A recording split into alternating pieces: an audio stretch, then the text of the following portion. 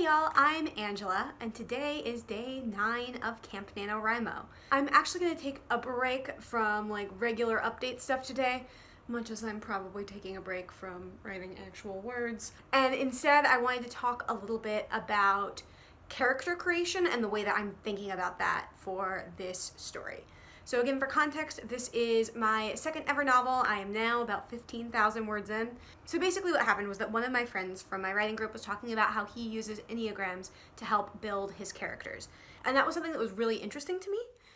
I, like a lot of people, am a really big fan of personality tests. I think that they're a lot of fun and really interesting. We've known for decades that most of them are also objectively nonsense, and so many things developed in the first half of the 20th century in the United States, many of these tests are mired in the eugenics movement as well, which is true of many kinds of testing, including things like the SAT and certainly Myers-Briggs. And at this point, I was in the process of sort of planning for the novel that I'm writing now. So I was like, oh, that would be cool. I should go check out the Enneagram and look at that. In the past, I'd considered doing Myers-Briggs as well as a way of character creation. I ended up discarding the idea, mostly because I'm apparently a terribly self-absorbed person, and after I would read about my own personality type, could no longer make myself focus on any of the others. So what I have been doing instead for this story is that I've been using a Hogwarts sorting system from these two people over, they got their start on Tumblr, now they've got a website, but it's called sortinghatchats.com, and I'll link it down below, and it's brilliant.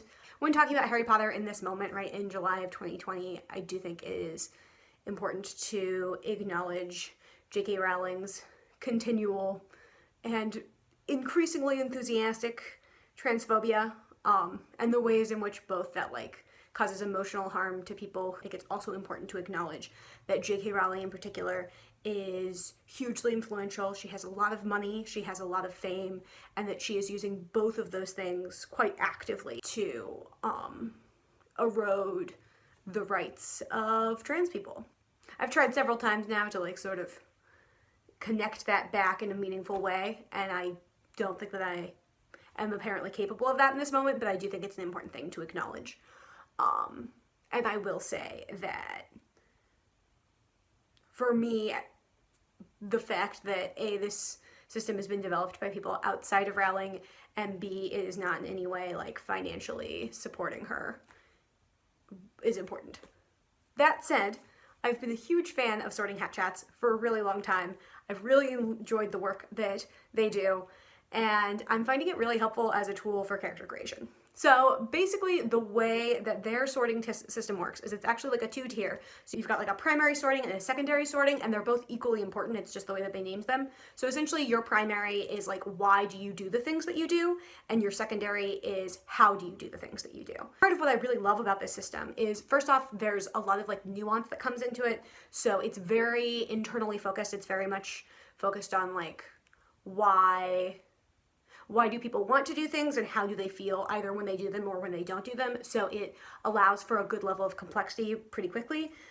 They've also done a lot of sort of thinking and writing about what happens when either the tools you use to do things or the reasons that you try to do things don't work.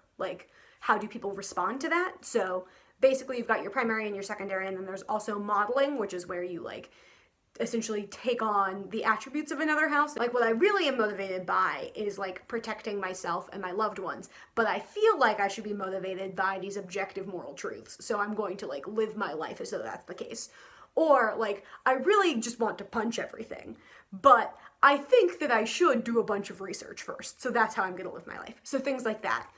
So it just allows for a really good amount of nuance. And then the other thing about the two-tiered system and the fact that it's Harry Potter is that it's much easier for me to internalize. So unlike certainly the Myers-Briggs, but even the Enneagram, where there were 8 or 9 things at least, if not 16, that I had to be holding in my mind. In this case, because I've been reading Sorting Hat Chats for years at this point, and because I've internalized the 4 Hogwarts houses since I was a very small child, it's something that feels pretty natural to me at this point.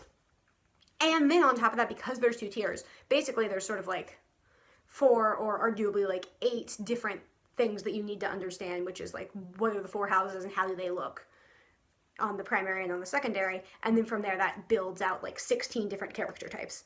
That has been hugely helpful. It's also been really useful because I personally have thought about Hogwarts sorting generally, and also this particular sorting system for ages. It's also really helpful for me in thinking about how I'm similar to and different from my characters. I am still like a very new writer in a lot of ways, and like a lot of new writers, I sometimes struggle with having characters that are different from me, or like understanding that difference as well. So this has been helpful also as I've like started writing this book, as a way to see like, okay, so what are similarities that I have with these characters and what are differences that I have with these characters. And that's particularly been helpful for me when I'm outlining. So I have a much better sense of like who my characters are when I'm writing a scene and I'm in the scene with them, but I definitely am a plotter. I definitely need to outline beforehand, and having sort of these house archetypes to fall back on has been super helpful for that. Overall, I'm really enjoying it. It's honestly a lot of fun. It has been a really helpful tool, and I would highly recommend, if you are at all interested in Hogwarts sorting, checking out Sorting Hat Chats. I'm linking it down below, as I maybe mentioned already. They're brilliant.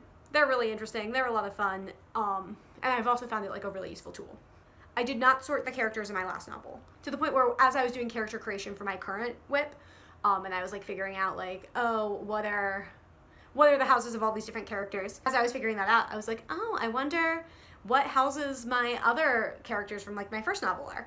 And I completely stopped, like I stopped myself. I'm not letting myself sort them because I'm really worried that it's gonna break me and that I'm not gonna understand my characters in the way that I'm supposed to.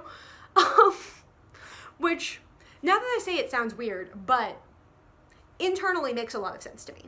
I don't even know if I'm gonna leave this in, but I'm gonna talk really quickly about the different houses and my main characters and how I'm sorting them. So I'm not gonna like explain in detail any of this stuff because it's been written about at length, and if you're at all interested and aren't aware of it, by all means go check it out. So I like am a Gryffindor primary and a Gryffindor secondary. I've got 3 main characters in my novel. So Anais is a Slytherin primary, Gryffindor secondary, which is so fun to write.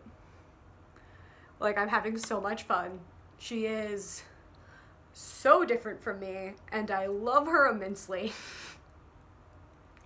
Because basically we handle things the same way, but for very different reasons, and that's a lot of fun. Ledger, my beautiful little fluff, is for sure a Hufflepuff secondary. I think he's a Gryffindor primary. It's possible he's a Ravenclaw, but I'm pretty sure he's the one that I'm least confident of. I'm fairly certain he's also a Gryffindor primary. That's definitely how I'm writing him for now. And then Corin, my 3rd main character, is a Ravenclaw primary for sure, with a beautiful Slytherin secondary. And they're so much fun. Just have had so much fun sorting these characters. It's also been really helpful as I start sort of thinking through like secondary characters as well. Definitely yesterday when I was getting stuck, moving back and like really thinking about houses and finishing sorting both my main characters and then sort of some second tier characters has been really helpful and also just really enjoyable. So I wanted to share sort of that process and my experience in case anyone was like curious or it might help them. So if you use like the big 5, which are like the traits actually backed up by science about how personality works, or you use any sort of personality test, or you sort your characters, please let me know about that in the comments. I would love to hear. Also, as always, feel free to catch me up on how NaNo and your writing adventures are going for you. If you liked this video, go ahead and give me a thumbs up. If you are curious about my fate this July in terms of NaNo, feel free to subscribe. And I think that is about it. So yeah, bye loves, be well, happy writing.